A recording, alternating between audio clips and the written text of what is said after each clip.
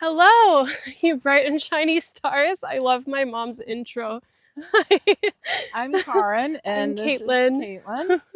And we are in the Spring Green Preserve, which is Yes. just outside of town. Yeah. And we are so lucky to have it here. Hmm. It's actually a prairie. It's a desert. In June, you can come out here and take photos, well, or see, I guess. Um, Prickly pear cactus in bloom, Hmm. beautiful yellow Hmm. blossoms everywhere. Hmm. And right now, I haven't been here since June, and I'm seeing all sorts of different prairie flowers blooming. I've Oh been yeah. really It's so beautiful. enjoying taking some photos and Hmm. listening to the birds and Hmm.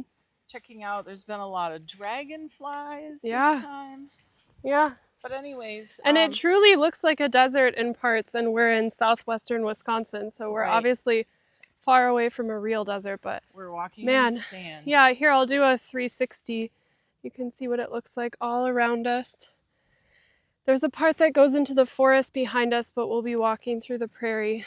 Yep. So, yeah, and we're mother-daughter, and Karin owns the Spring Green General Store, and Yep. I recently moved back to Spring Green, and we're enjoying the area for all of its glorious natural splendor. That's right. And I was thinking the other day about how there's definitely beautiful parks in Chicago. I lived there for many years, but there's something so nice about the rolling hills of this area, and I feel like on a hard day you can just kind of get in your car, go somewhere into nature, and just be immersed in the beauty of the natural world. So That's right. one of the things that I've been wanting to do is potentially in the future build nature-based retreats in this area. I feel like it could be a really beautiful way for us to celebrate how wonderful this area Yeah. is. And I mean, people like Frank Lloyd Wright built buildings here, so there's Right. definitely something to be inspired by the land. And he came back. He loved it so much that he came Yeah, back. yeah, Taliesin. yeah. Yeah, there's a lot of special things about this area. Hmm. We're right on the Wisconsin River. I mean, Hmm. there's so many amazing things about living here. Yeah. Not too long ago, I read that if you're out in nature for 5 minutes, literally 5 minutes, Yeah. you've lowered your blood pressure. Oh You've yeah. gotten the effect. I mean, we're not saying go out just for 5 minutes, Oh but yeah.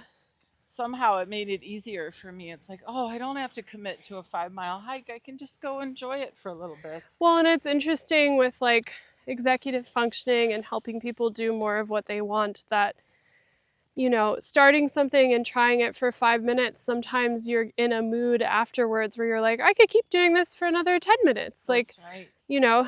when we were coming out to film these videos earlier, I was like, maybe I'll last 30 minutes, but now it's just like a flow state. And Yeah. also, it's so nice to make art and to do things in nature. It just feels like nature's Yep. supporting both of us through this process. That's right. That's So, right. Well, you helped yeah. me recently by helping me figure out a way to put my menu for my business onto. Oh, yeah. And it was like something got unlocked. I Yeah. basically went home 2 nights in a row and was a little bit obsessively, but I think in a good way, Hmm. working on updating it. And I think it's really going to help my business too. Oh, yeah. And you know what's funny about, like, I think it was 2 days after I did that with you, Mom, Uh-huh. I did a similar thing with my colleague Olivia. We are doing a podcast called Counselors Craft a Curious Path, and we're doing a therapy group called Discover Yourself Tarot. And Mhm. we decided to experiment with what we're calling archetypal role play, which is you take an archetype, and the person in our society who became most famous for talking about archetypes recently was Carl Jung, who was a psychologist, Uh-huh. or actually a psychiatrist, but Yeah.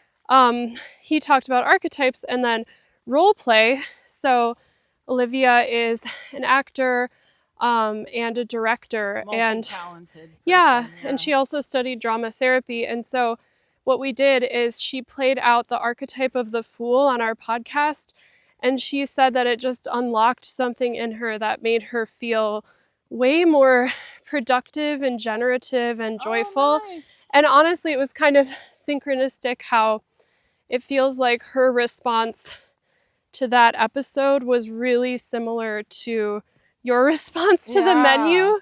It was just like, oh, here's an idea. Here's a way to put it.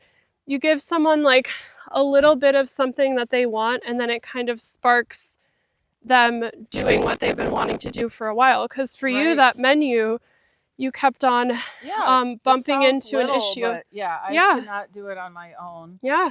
And that's one of the things that I like about therapy. You know, it's like I have a lot of different aspects to my business, and it's pretty much up to me to make everything happen. And sometimes I just don't know which way to turn. And I think therapy, you know, one of the things that I am considering doing is talking to someone about where I'm at in my business and how to improve the system, basically. Oh, yeah.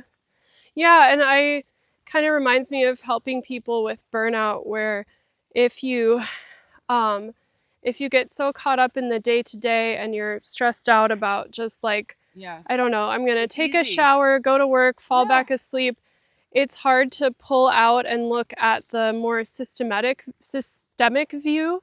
Like look at the system of your life and how are you allocating your energy and your resources. And so that can be a beautiful thing about like a positive relationship or a mentor or a therapist or wherever it comes from in your life, is to be like, well, so where am I allocating my energy? Like, does that reflect, like for you, does that reflect what my ultimate goal is for my business? Or for like a client, does that reflect how I want to see change in the world? Like the decision I'm making about how I'm managing my career. Right. Like that, there's a simple quote. It's something like, if you always do what you've always done, you'll always get what you've always got. Yeah. And personally, I really like to learn my lessons in life. And if it's possible, which it isn't always, but if it's possible, I'd like to not repeat the same mistakes that I've made in the past. Which isn't always easy, but no. I understand that, and I feel like sometimes really acknowledging this is a lesson I need to learn, and I'm really going to try to internalize it and take it in, that I'm not perfect and flawless, that I have something to learn, and I'm going to try my best to learn it this time around. And it's interesting. There's like I think there are psychologists who talk about the theory of spiral improvement, where you are still going around a circle in like the similar themes, but there's an upward trajectory. So it might be like, oh, this feels like it's hitting a wound from when I was 13 that I had with my father. But now that I can see it, I have like the gift of sight because I have this insight. Then I'm able to say, okay, I'm going to handle it differently this time. Does that make sense? Yeah. It's you don't do things in a linear way, right? Yeah. You might be in a spiral, but you're still going upward. Yeah. That's interesting. And so sometimes when I feel really triggered or upset about something, I'm like, you know what? The good thing about this is I'm not going to handle it the way I did last time. Right. You know, I'm going to make a different choice. Yeah. So it's, you know, therapy is an interesting thing. It can be a tool. It's something I've used at various points in my life. And I think it's something, you know, sometimes when you start, you think, oh, I'm going to have to do this for the rest of my life. But I really think that you can do it while you need it, and then kind of go off on your own. I don't know how you feel about that. Oh, definitely. I think that oh man, do I have to do this forever? I think that's typically a response to how heavy it can feel to really sort of look at the things you don't like in your life and try to improve it. But what I try to do with clients is to make therapy fun and joyful enough where maybe in one session we're laughing super loudly and having a great time, but then in another part of that same session, the client's also sobbing. And so, I think the sort of feeling of, oh, therapy is a burden and this is never going to end and I'm just going to say the same things I said to the last therapist. I feel like often that's a sign that the last therapist wasn't a good fit. And obviously I'm partial because I believe in therapy, but I think that like with the right fit, you'll feel it'll be more of a feeling of, oh, I'm going to see this person for some time, we'll reduce in frequency, and then I'll Right. move on with my life, Right. you Right. know? And that can be really beautiful. Yeah. Now you mentioned your podcasts.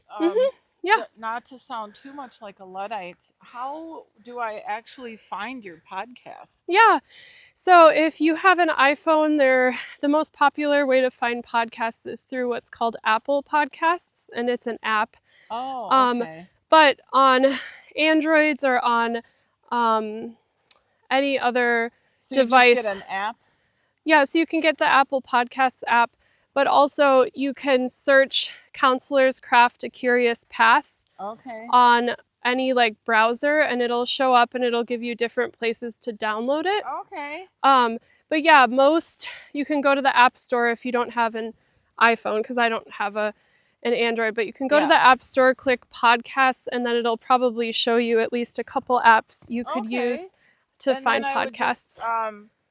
I would search in the app under Femchantment. Nope. You would search Counselor's Craft a Curious Path, which is the name of the podcast, and I do it with my colleague Olivia. Okay. So it's Olivia and Caitlin Ruby Miller, Olivia Candosia. Okay. Yeah. Am I correct in that you're also filming you guys while Yeah, we you're film it. podcasting? Yep. So And if I wanted to watch a YouTube video, I could find you. Yeah. Right now I think we're posting the videos through Olivia's YouTube. So you could also just search on YouTube Counselor's Craft a Curious Path, and hopefully at some point we'll migrate it to Effective Artistry's YouTube, which is the practice we both work for that does neurodiversity affirming therapy in Illinois. And then I'm also licensed in Wisconsin. Yep, and that's so, pretty cool. yeah, You just recently we're colleagues. Licensed in Wisconsin, is that correct? The wonderful state of Wisconsin granted me reciprocity with Illinois, and I'm honestly so pleased. I was thinking about sending an email to like the Wisconsin licensing board and say like, thank you so much, because it was really an easy process. And yeah, so it was fun to go from having a license in a really like resource state for therapy, which is Illinois. Yeah, Illinois is very well resourced for therapy, to think, oh, I could help people in, you can go on that path. I can help people in a more like rural area, and then I'll be able to reach different people. So yeah, there was something nice about that. Like, oh, I can help people in a different space. And it's intriguing because these days you don't even have to sit in the same room with your therapist. Yeah, no, I do telehealth. And is that mostly what you do? Or yeah, it's all telehealth. Oh, okay. Yeah, that's amazing. I don't have an office right now, so anyone who sees me on a video. And it also is fun for me to be able to work from anywhere. Yeah. It's really freeing. Nice. Yeah, but we do Effective Artistry, my practice that I work at. They have an office in Northbrook, Illinois, which is a northern suburb of Chicago. So if anyone's in that area and looking for an in-person therapist, then they can definitely work with one of my colleagues. Oh yeah, that makes total sense. Who are great. I love them. Yeah. They're awesome. So I guess I wanted to talk a little bit about what I know you got a degree in therapy, or what is it called? Psychotherapy? It's a degree, a Master's of Arts in Clinical Mental Health Counseling. Okay. Yeah. So what I find interesting is that you seem to be, correct me if I'm wrong, you seem to be helping a lot of artists, whether that would be performing arts or visual arts, or and so is that because of do you feel like you're an expert in it because of your experience, or how did that happen? Yeah, well, I have my own path as an artist, so I'll go over that briefly, and then also Effective Artistry, and then kind of a glimpse into my clients. So my path as an artist, I was an artistic child. I mostly was drawn to music for a while, and I played maybe 8 instruments and sang, and then I got an undergraduate degree in opera. I was encouraged to go into opera, and then I ended up owning and operating my own photography studio in Chicago, and then my latest sort of creative endeavor was ceramics. I did Yeah. ceramics at the Evanston Art Center and was in a show. And so I definitely have my own path as an artist, and now finding my voice as a musician again, and I'm composing. So there's that. Then Effective Artistry, the owner, Brandon, and I actually started out as friends and worked at a different practice, and he's a playwright, actor, musician. He's kind of done it all. So multi-talented. Yeah, and so I've learned from him, and also we've had many conversations about like artistry and the identity of an artist, as well as executive functioning and the creative process. So how can artists make more art, put themselves out there, feel empowered in their identity as an artist? And so that's that. And then a lot of clients, since I started as a therapist, I think it's been 8 years now of being a therapist, which is amazing how time flies by. I agree. But maybe 7, I don't know. Check the math. Close enough. But a lot of creative people have worked with me. So I've worked with people who are actors, dancers, comedians, painters, ceramicists, owning their own like companies that are creative. I've also worked with people who are like consultants or lawyers who have a really creative side but feel like they had to suppress it. And so it's really beautiful to help people, whether their job is being an artist or not, to reconnect to their creativity, because creativity is so joyful. Yes. So those are sort of the 3 pillars of how did I end up working with so many artists and creative people. I read something recently that said, think about what brought you joy as a child and go back and do it again. And I was like, whoa, okay. Well, when I was a kid, I just loved all kinds of art. Oh, of course. Whether it was making jewelry or... and that can be one of the prompts to tapping into your creativity. It also overlaps with when people talk about unmasking as neurodivergent people, like what were those moments in your childhood that brought you a lot of joy and you really felt like yourself? And that can be a place to find it. It's like, oh yeah, I used to dress up in like hot pink sparkles and I would put on cowboy boots and sing, and oh wait, that part of me, I haven't accessed that in 30 years. What's going on? So yeah. But yeah, I love helping creative people. I can help them with individual, couples, and family therapy, but also I'm launching a creative projects group to help people start, work on, and finish their creative projects. And then also I'm hopefully... I think that's huge. Yeah, because a bunch of it is about being in community with other people, like other people who you can say, hey, did you work on your novel today? Is that like being accountable to someone else? Like what we like to call it is soft accountability, which means like we're not your drill sergeant or your like relentless it's really personal trainer. From you, not from someone else. Yeah. Well, no, we are we're supporting you in a community where we're saying, you know, you can have a goal, and if you don't make the goal, that's okay, but let's keep working you forward and having you have goals so you can have more direction, because it's not either, you know, I write every day or I'm awful or I never write at all. There's middle grounds. That's kind of old school stuff. Yeah. Wow. So yeah, those are ways that we can support people. And then that's a group that people would join then? Yep.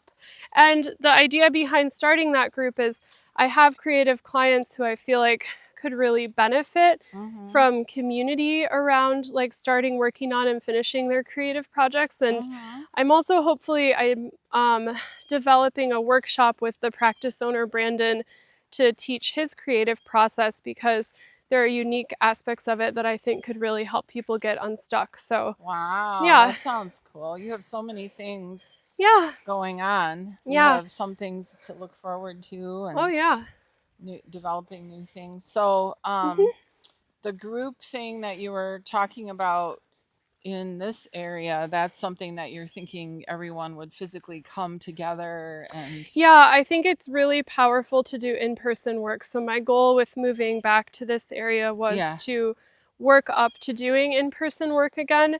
And how I imagine that for this area of southwestern Wisconsin is to do retreats, because there's so much beauty in nature. people already come here to vacation and commune with nature. Right. And then I have a network of like-minded practitioners already that I could bring together, as well as my colleagues at Effective Artistry developing more groups. Yeah, that makes And sense. also, I think that healing is not as simple as taking a pill and talking to someone. There's also spiritual and mystical aspects of healing. There's mind body, there's holistic, there's naturopathic forms of healing.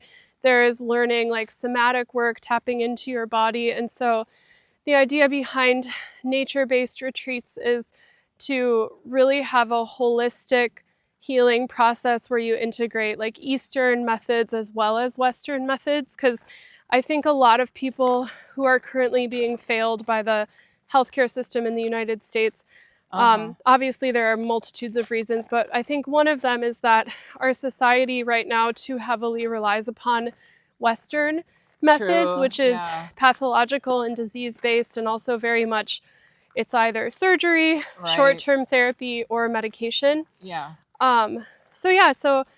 And also my love of the area is like, this area could be healing for people to stop by maybe once or twice a year, get immersed in nature. And oh my gosh, sometimes when people find us for the first time, they're just so deeply moved that they want to actually live here.